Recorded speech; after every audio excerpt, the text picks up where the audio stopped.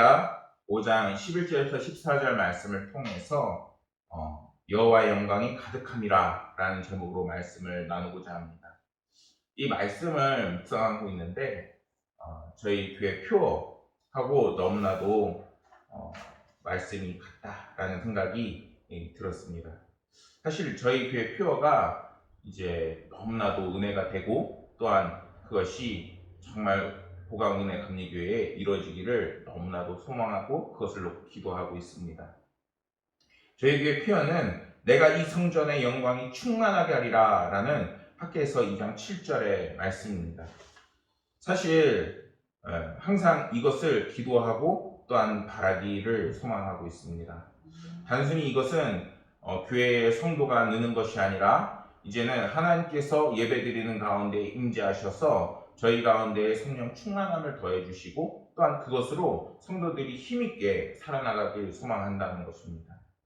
여러분들에게 정말 하나님의 영광이 늘 가득하셔서 다른 무언가가 아니라 이제는 하나님의 은혜로 늘 승리하시는 모든 삶이 되기를 소망합니다. 한 스승이 꽃이 가득 담긴 바구니를 제자들에게 보여주며 물었습니다. 이것은 어떤 바구니냐 하고 이렇게 질문을 한 것이죠. 제자들이 너무나도 당연하듯이 대답을 했습니다. 왜냐하면 그 꽃바구니에 꽃이 담겨져 있었기 때문입니다. 그래서 이렇게 대답합니다. 꽃바구니입니다. 이번에는 꽃을 드러내고 쓰레기를 바구니에 담고서 다시 물습니다. 그렇다면 이 바구니는 어떤 바구니냐 하고 물으니까 제자들이 한 목소리로 쓰레기 바구니입니다 이렇게 얘기를 하는 겁니다. 그래서 스승이 제자들에게 말합니다. 그래, 너희 말처럼 바구니에 어떤 것을 담느냐에 따라 달라진다. 너희들이 이 바구니처럼 내면의 향기를 담으면 너희들도 꽃바구니처럼 아름다운 사람이 되는 것이다 라는 것입니다. 사실 어제 어떤 아이와 제자 훈련을 하는데 이제 아동부 아이입니다. 아이들은 정말 순수한 것 같아요. 왜냐하면은 복음을 증거하면은 그거를 스펀지처럼 쫙쫙 빨아들입니다. 그 아이에게 설명을 할 때에 어른들한테는 굉장히 힘든데 아이들한테는 이게 굉장히 쉽더라고요. 어떤 거냐면은 두 사람이 있는데 한 사람은 예수님을 알고 한 사람은 예수님을 모른다. 근데 만약에 예수님의 그 십자가의 의미를 잘 알려주고 그 다음에 그 예수님을 믿게 된 사람과 그리고 막 그것을 믿지 않는 사람이 있다면은 어떤 사람이 더 행복하겠느냐라고 물으니까 그 아이는 답을 얘기해요. 어떤 것이냐? 바로 예수님을 믿는 사람이 더 행복하다는 것입니다. 그러니까 예수님을 따라 나가고 이제 예수님을 가득 담는 삶을 살아야 되는 것이 우리들의 삶이 되어야 하는 것입니다.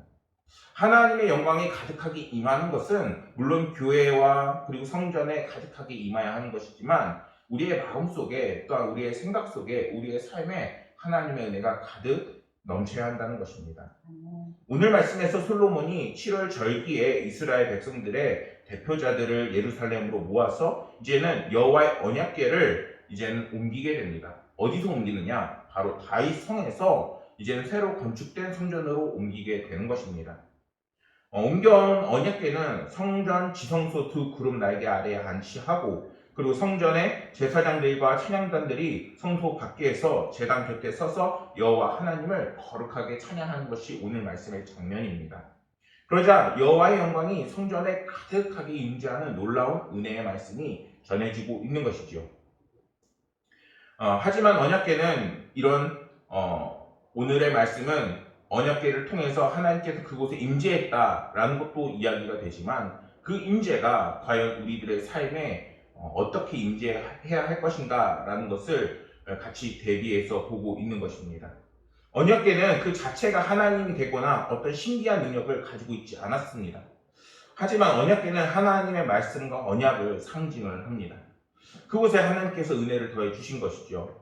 그래서 성경 시대, 구약 시대의 그 성전이 온전한 성전이 되기 위해서는 그 어떤 것보다도 이 언약궤가 그 성전에 있어야 했습니다. 성전은 하나님께서 이스라엘과 맺으신 언약을 통해서 이스라엘 백성들 가운데 임재하겠다라고 약속하신 처소이기 때문입니다. 그래서 만약에 성전에 언약궤가 있지 않다면 아무리 화려해도 그곳에 아무리 열정적으로 아름답게 지어도 그것은 성전이 될 수 없는 것입니다. 한마디로 하나님께서 약속하시고 임재하신 그곳이 바로 성전이 되는 것이지요. 12절 말씀에서 아삽과 헤만과 여두두는 다윗 때부터 찬양대로 대표자로 뽑혔던 레위인들입니다. 그래서 그들이 오늘 말씀에서 언약궤의 성전 안치식 할 때에 하나님을 찬양하기 위해 각종 악기들을 이끌고 서서 찬양하고 있다는 것입니다. 그래서 이 말씀을 좀 더 자세히 보면은 이들이 다 세마포를 입고 있습니다. 세마포를 저도 이제 실제를 보게 됐는데 생각보다 밋밋해요. 어떻게 밋밋하냐면은 영화에서 보는 것처럼 이제 옷을 입고 약간 완전히 하얀색의 아주 깨끗하고 정결한 옷입니다. 그렇다고 해서 뭔가 특별한 것은 아니지만 그 옷을 입고 레위 제사장들과 예배드리는 사람들이 그 세마포를 통해서 하나님 앞에 자신들의 정결함을 상징하는 의미로 그렇게 함께 예식을 드리게 되는 것입니다. 세마포는 흰색이고 구약시대에 당시 주로 제사장이나 성전에서 봉사하는 사람들이 입던 옷으로 사용을 했습니다. 세마포는 상징하는 그 의미가 있는데 그것을 흰색을 통해서 청결함과 의로움을 상징합니다. 한마디로 내가 하나님 앞에 거룩함으로 나아가겠습니다 라는 것을 고백하고 있는 것이죠. 이러한 세마포를 하나님을 예배하며 찬양하는 제사장들이나 레위인들이 입었다는 것은 그들이 이제는 주의 의로움으로 나를 채워주옵소서 라는 의미도 담겨 있습니다. 이제 그리고 그렇게 거룩함을 이제 하나님 앞에 올려드리고 또한 이제 하나님 앞에 거룩함으로 나아가며 하나님께 영광을 올려드리는 삶을 이들이 살고 있는 것입니다. 그런데 사람이 하나님 앞에 나아갈 때 의롭고 정결하기 위해서는 어떻게 해야 할까요? 사실 사람은 스스로 그 죄를 용서하거나 아니면 없앨 수가 없습니다. 우리가 영의 세마포를 입으려면 먼저 하나님께 진실한 회개를 드려야 합니다. 끊임없이 죄를 짓는 존재들이기 때문에 하나님 앞에 먼저 겸손하게 나가야 한다는 것이죠. 그리고 그 회개는 예수 그리스도의 이름으로 회개를 할 때 비로소 응답되어집니다. 우리의 영의 세마포를 입기 원하기 위해서는 이제는 다른 것을 찾는 것이 아니라 정말 예수 그리스도가 누구인지 그리고 예수 그리스도를 통해서 주님께서 왜 우리를 대신해서 십자가에 달려 돌아가셨는지를 깊이 묵상할 수 있는 저와 여러분들이 되어야 하는 것입니다. 그럴 때 하나님은 우리의 죄가 주홍 같을지라도 희게 하시며 우리를 거룩하게 하시며 세마포를 입은 것처럼 오늘날의 우리의 삶도 이제는 세마포를 입혀주시게 되는 것입니다. 13절 말씀에서 여호와의 전에 구름이 가득하다라고 성경은 말씀합니다. 구름이 가득하다는 것은 이제는 하나님께서 임재하는 것을 표현하는 그 말씀입니다. 그런데 13절 말씀에서 주목해야 할 것은 하나님의 그 언약의 상징이었던 언약궤가 이제는 성전에 안치되었을 때 그 즉시 하나님의 임재가 나타난 것이 아니었다는 것입니다. 서두에 말씀드렸듯이 그곳에 사람들이 찬양을 하고 하나님께 영광을 올려드리자 이제는 하나님의 임재가 시작이 되었다는 것입니다. 이러한 하나님의 말씀은 하나님의 임재는 하나님을 믿고 그 능력을 확신하고 겸손히 하나님 앞에 은혜를 구하는 백성들에게 향하는 은혜인 것입니다. 단순히 성전을 화려하게 짓고 그리고 그것을 아름답게 만드는 것이 아니라 하나님을 찬양하는 아름다운 성도들이 있어야 한다는 것이죠. 오늘날 우리에게는 이러한 아름다운 성도들이 되어야 하는 그러한 모습이 있어야 합니다. 왜냐하면 사실 오늘날 얼마나 많이 힘들어요. 그런데 우리에게 정말 도움이 되고 능력이 되고 피난처가 되시는 분은 오직 하나님밖에 없습니다. 그런데 그런 하나님의 임재를 간절히 바란다면 우리는 영의 세마포를 입고 하나님을 찬양할 수 있어야 하는 것입니다. 사무엘상 4절 말씀에서도 보면은 언약궤를 그들 가운데 있었음에도 불구하고 전쟁에 패하는 것은 물론이고 자신들이 구원할 것이라고 철석같이 믿었던 언약궤마저도 이제는 블레셋에 빼앗기는 창피까지 당하게 됩니다. 한마디로 단순히 성전이 그리고 어떤 다른 뭔가의 화려한 물건이 하나님을 찬양하는 성도들을 대신할 수 없다는 것입니다. 우리는 종교적인 상징물들이 때로는 중요하게 여기고 또한 그것이 하나님의 은혜를 불러온다고 생각하는 사람들도 더러 있습니다. 사실 이것이 나쁘고 그리고 잘못된 것은 아니지만 이것이 만약에 깊어지게 되면은 그것조차도 우상이 되어지고 또한 우리의 믿음의 근간이 되어버리는 안타까움이 있습니다. 때문에 우리는 정말 영의 세마포를 입을 수 있도록 하나님 앞에 간절히 주님을 찾고 하나님을 바라는 저희들의 믿음과 자세가 있어야 되는 것입니다. 이것은 눈에 보이는 것이 아니기 때문에 우리가 늘 신앙생활을 놓치지 않고 살아가야 한다는 것이죠. 더욱더 신앙생활을 가까이 하고 말씀을 가까이 하고 그것을 통해서 하나님을 찾을 때 하나님께서는 우리에게 영의 세마포를 입혀주시고 우리를 거룩하게 하시며 이제는 주님을 찾는 성도들에게 임재하시게 되는 것입니다. 13절 말씀을 보면은 이제 구름은 하나님의 임재를 상징하는 동시에 하나님의 영광을 이제 좀 가리는 역할도 합니다. 그렇다면 하나님의 영광을 온전히 받는 게 더 큰 은혜를 받는 것인데 왜 어째서 구름으로 가려주시는 것일까요? 하나님께서 그렇게 하시는 이유는 거룩하신 하나님 앞에 우리가 만약에 나아간다면 우리는 어떻게 될까요? 그 영광을 온전히 다 받는다면 그것을 감당할 수 있을까요? 할 수가 없어요. 모세도 시내산에 올라가서 언약궤의 그 은혜를 계속 몇십일 동안 이제 하나님께 언약궤를 가지고 내려왔을 때 그 얼굴에서 광채가 나니까 이제는 자신의 얼굴을 가리게 됩니다.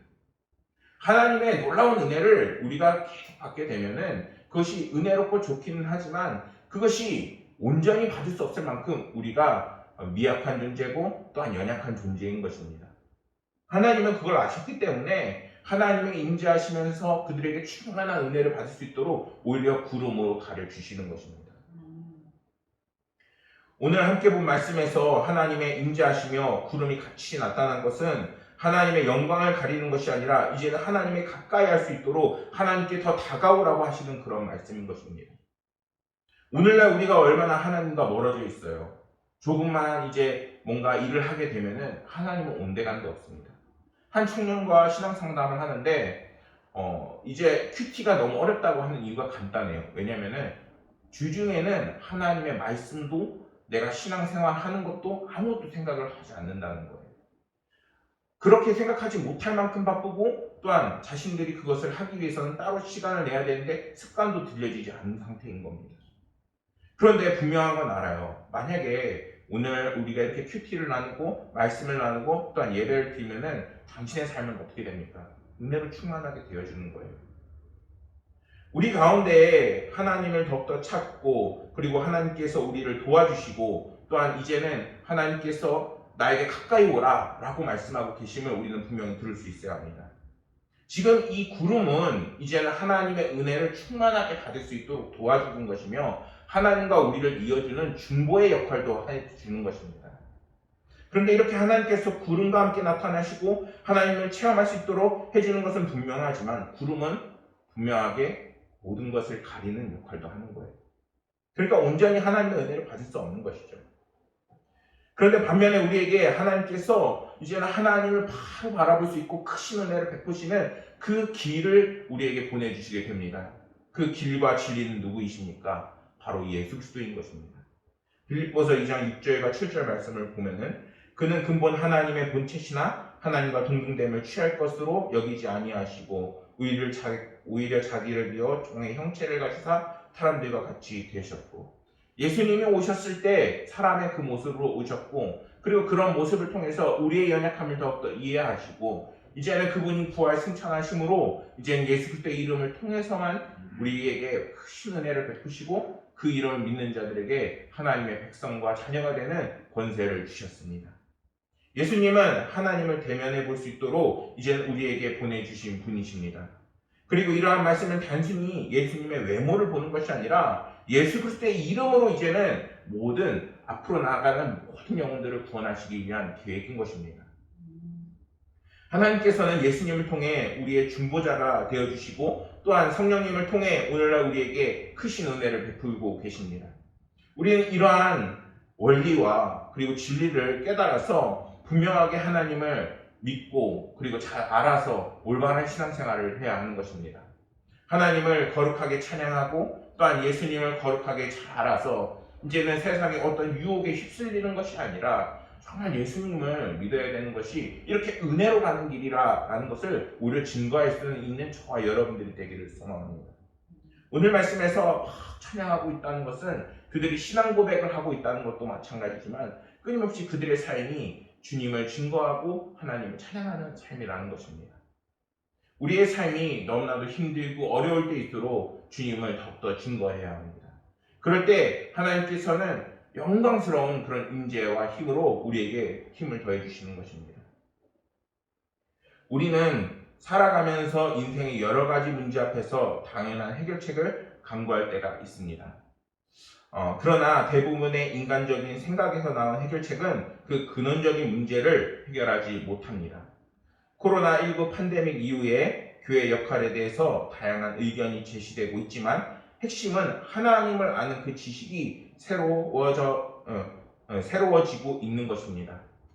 20세기를 대표하는 복음주의 신학자 가운데에 제임스 패커라는 사람이 저서가 있는데 하나님을 아는 지식에서 오늘날 교회의 연약함의 그 뿌리에는 하나님에 대한 무지 그리고 하나님의 도를 이제 하나님과의 그 교통하는 일에 대해서 무지가 자리 잡고 있다라고 서술하고 있습니다.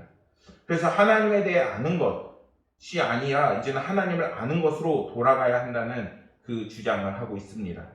하나님을 바로 알 때 하나님이 인생의 모든 문제를 훨씬 더 책임져 주시고 크신 분이심을 우리는 알아야 한다는 것입니다. 하나님 그분 자체가 아니라 하나님에 대한 아는 지식을 추구하고 있진 않은지 우리는 돌아보고 더욱더 신앙의 그 밑바닥에서 하나님을 향한 그 올바른 지식과 그리고 올바른 알음이 있어야 한다는 것을 제가 어떤 기사를 통해서 보게 되었습니다. 우리 역시 주님을 올바로 알아야 합니다. 그것을 이제는 하나님을 올바로 알 때 우리의 믿음 역시 성장하게 되어지는 것이고 방향을 잡을 수 있게 되어지는 것입니다. 오늘날 우리에게 힘들고 어려운 문제가 찾아왔을 때 우리가 사람이기 때문에 우리 역시 연약해질 수 있습니다. 그러나 분명한 것은 그 문제의 근원이 되는 것은 이제는 예수 그리스도를 찾는 것이 진정한 해결의 답안이라는 것입니다. 13절 말씀에서 성전 찬양대에 나팔 부는 자와 노래하는 자가 일제히 소리를 바라며 찬양을 합니다. 여기서 일제히 소리를 내어 여호와를 찬송했다는 것은 모든 악기들과 하나님을 찬양하는 것이 동시에 훌륭하게 조화를 이루었다는 것입니다. 거대한 찬양대가 이러한 단계까지 이루기 위해서는 정말 각고의 노력을 해야 합니다. 우리 성가대 준비해 보면은 알잖아요. 뭔가 함께 합을 맞추고 또한 노래를 부를 때 누군가 특정 사람이 딴 소리를 내게 되면은 굉장히 소리가 부조화스럽고 깨어지게 되어 있습니다. 그런데 우리가 하나님을 찬양하고 아름답게 소리를 낼 때 하나님께서는 화합을 맞춰주게 하시고 또한 하나님을 통해서 영광받게 하시고 또한 이 세상에서 놀라운 은혜와 그리고 하나님의 놀라운 은혜가 우리 가운데 펼쳐지게 되는 것입니다. 우리가 이제는 교회 안에서 하나님의 놀라운 임재를 찬양하기 원한다면 더욱더 하나님을 찬양하는 공동체가 되어야 하는 것입니다. 다른 것이 아니라 뭔가 교회 와서 뭔가 침묵도모나 아니면 이런 것도 중요하지만 그런 것보다는 정말 하나님을 바로 알고 하나님을 찬양하며 우리가 거룩하게 되기에 힘써야 하는 것입니다. 그럴 때 하나님께서는 정말 모든 것이 조화롭게 합력하여 선을 이루게 이제는 성도들의 삶을 돌보실 뿐만 아니라 이제는 교회까지 책임지시고 이끄시게 된다는 것입니다. 사랑하는 성도 여러분, 구약 성경이 진정한 하나님의 전이 되기 위해서는 지성소에 하나님의 언약궤가 있어야 하고 그곳에 하나님의 임재하셔야 했던 것처럼 이제는 우리가 예수 그리스도를 통하여 이제는 하나님께서 우리의 개인의 삶에 임재하시고 함께하게 하신다라고 말씀하고 계십니다. 그런데 그것을 이제 한 지체 한 지체가 함께할 때 더 큰 은혜가 임하게 되는 것입니다. 이제는 우리가 돌이켜 하나님을 바라보는 삶이 되고 또한 하나님의 놀라운 거룩함과 은혜와 그 세마포의 옷을 입어 하나님께서 기뻐하시고 놀랍고 크신 은혜가 여러분들 삶 가운데 가득 넘치시길 소망하겠습니다. 기도하겠습니다. 하나님 아버지, 오늘 하나님께서 성전 안에 임재하시고 놀라운 영광을 부어주신 말씀을 나누었습니다. 그것이 이제는 하나님 앞에 우리가 거룩한 영의 세마포 옷을 입고 그리고 이제는 아버지 하나님께서 우리를 축복하시고 은혜 더하신 줄 믿습니다. 한 영혼이 아니라 모든 영혼들이 이제는 주님이 주시는 거룩한 영의 세마포 옷을 입게 하시고 또한 한 명 한 명이 주님 안에서 잘 준비되어 각자의 삶에 돌아가서는 하나님의 은혜를 증거하고 찬양하는 저희들의 삶이 되게 하여 주시옵소서. 하나님께서 성도들의 삶에 영광을 가득하게 하시고 또한 은혜 넘치게 하시고 도와주시고 함께 하실 것을 믿으며 모든 말씀 우리 구주